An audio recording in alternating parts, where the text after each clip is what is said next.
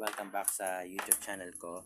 And for today, may itong vlog na to is about sa isang madalas ko tong marinig sa Facebook or either sa TikTok. Minsan napapanood ko na rin siya sa YouTube. And medyo concern lang naman ako dito, no. Kasi sa mga itong usapin na to tungkol to sa yung pagtulong ng anak sa magulang kapag naging pag nakakapagtrabaho ng anak, may sasabihin ng iba, bayaran, parang babayaran mo to yung ginawa, yung mga paghihirap ng magulang mo sa'yo, yung mga ginastos na yan, ganyan, etc. Yung gusto kong sabihin sa isyong to, no, wala naman ako makikitang masama, no, kung tutulong tayo sa magulang. Pero hindi ibig sabihin naman nun, obligation natin yon na parang babayaran natin sila, ganyan. At kasi in the first place naman guys, tayo mga anak, hindi naman natin iniling na buuin nila tayo in the first place. Hindi natin hiniling na palaki mo kung ganito ganyan, pag-aralin mo ko. Kasi yung mga needs natin, karapatan natin na ibigay nila sa atin yun kasi nga, sila yung nagdala sa atin dito sa mundong to. Eh, ano ba ang gagawin natin pagkapanganak nila sa atin? Ang gagawin ba natin? Agad-agad ba? Magtatrabaho na tayo? Eh, hindi pa nga nung bingat pa lang tayo, nung mga baby lang tayo, hindi pa tayo nakakapagsalita, hindi pa tayo nakakatayo. O, syempre, kailangan nila tayong alagaan. And they decide to build a family, dapat panagutan ng parents, di ba? Pero hindi naman ibig sabihin hindi na natin sila pwedeng pwede naman tayong tumulong, pero yung parang sinasabi ng iba dyan na bayaran daw natin yung mga parents natin sa mga utang natin sa kanila. Parang nakakaano naman, di ba? Pwede naman tayong tumulong. Kung may pagkakataon na time na kapag senior citizen na yung magulang natin, hindi na nila kaya magtrabaho, hindi na nila kaya tumayo, syempre, aalagaan natin. Pero yung sabihin ng iba na parang natin yun, utang by something, hindi naman tama. And tutulong naman tayo Kaya lang, wag naman yung parang inaano nila tayo na parang bangko. I'm not saying na binibigyan ko na yung magulang ko, pero ito lang yung concern ko, no? Kasi kapag after ng 4 years, kapag napasa ko na yung course ko, magtatrabaho na ako, ano naman sabihin nila sa akin, ngayon, bayaran mo ko sa lahat ng ginastos. Sa lahat ng ginastos ka sa'yo. Si mama kasi guys, may opinion rin siya tungkol sa usapin to. Hindi responsibilidad ng anak na bayaran yung mga ginawa ng magulang nila sa kanila. Kasi in the first place nga naman, hindi naman nga natin ginusto na buuin nila tayo.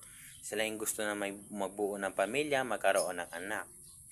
So, for my mom, wala tayong utang na loob kasi responsibilidad nila yon.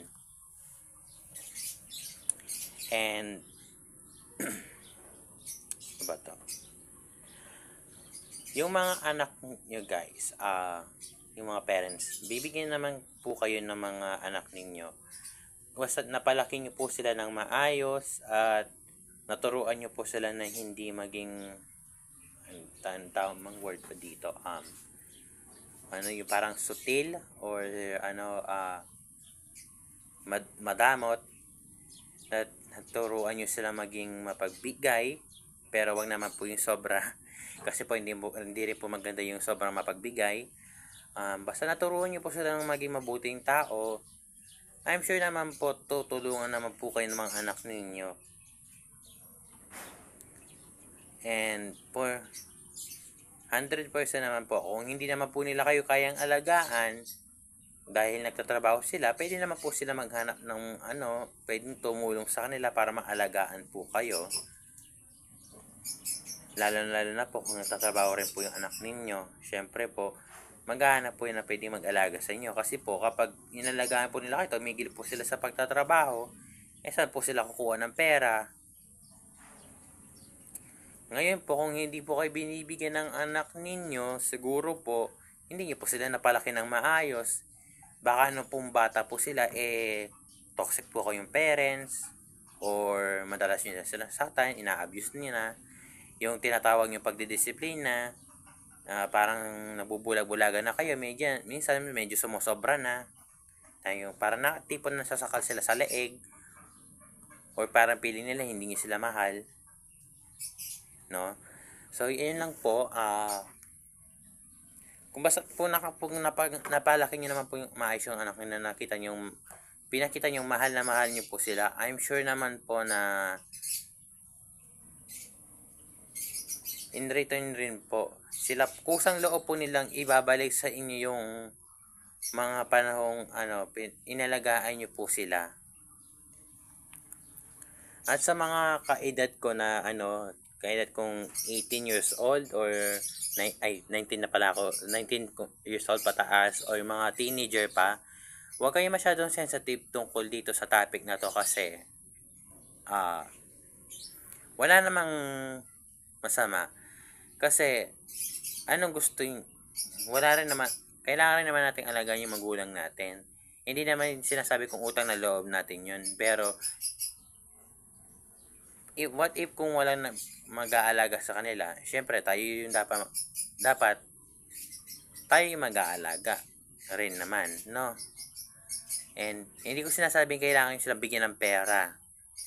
Yung normal na pag-aalaga lang, yung halimbawa, dahil matanda na sila, hindi na nila kayang tumayo, hindi na nila magawa yung mga dati nila kayang gawin, tulungan natin. Ano gusto nyo? Pilitin yung tumayo. Kahit hindi na kaya o hindi na talaga makatayo, nakahiga na lang parate. Yung nararatay na lang siya, gusto nyo, gawin niya para mag-isa yung mga dati niya kayang gawin kahit hindi niya na kaya. So, wala namang masama sa sa subject na to. In fact nga, maganda rin to Kasi, if kayo rin yung magkaanak, kapag nakita ng anak niyo kung gaano kayo mapagmahal sa magulang ninyo, di ba? Di ka marereflect sa kanila yon na mapagmahal kayo sa magulang ninyo. In return, yung magiging anak ninyo, magiging mapagmahal sa inyo kapag kayo naman ang napunta doon sa yun, di ba? May itong subject na to na kung saan yung anak kailangan bayaran, may both positive and negative. Pero mostly, huwag yung iisipin na utang na loob nyo yun. Pero kailangan nyo rin naman alagaan yung magulang ninyo pagdating ng panahon. Ngayon, kung hindi nyo kaya, kung may trabaho kayo, maganda yung kinikita ninyo, try to hire someone or ask someone for help para maalagaan yung magulang ninyo. Huwag nyo silang hayaang mapabayaan. Especially kung nung bata kayo, hindi naman nila kayo hinayaang mapabayaan, gawin na rin natin sa kanila yon. Wala namang masama. Kasi yun yung ginagawa ng mabuting tao. Kapag mabuti kang tao, may malasakit ka. Ibig sabihin, may malasakit ka sa parents mo, di ba? So, wala namang masama dito sa kung kailangan mo lang alagaan yung parents mo. Kasi yun naman yung mabuti. Yun naman yung mabuting gawi. So, yun lang guys yung concern ko sa issue to, and see you guys next time. And pasensya na rin kayo sa itsura ko kasi aaminin ko hindi pa ako naliligo. Pa lang ngayon pakita ko sa inyo yung oras. 8 a.m. So, mamaya-maya maliligo na ako mga 8:30. Kasi kaninang umaga nagtrabaho kami, maaga kami gumising ni mama.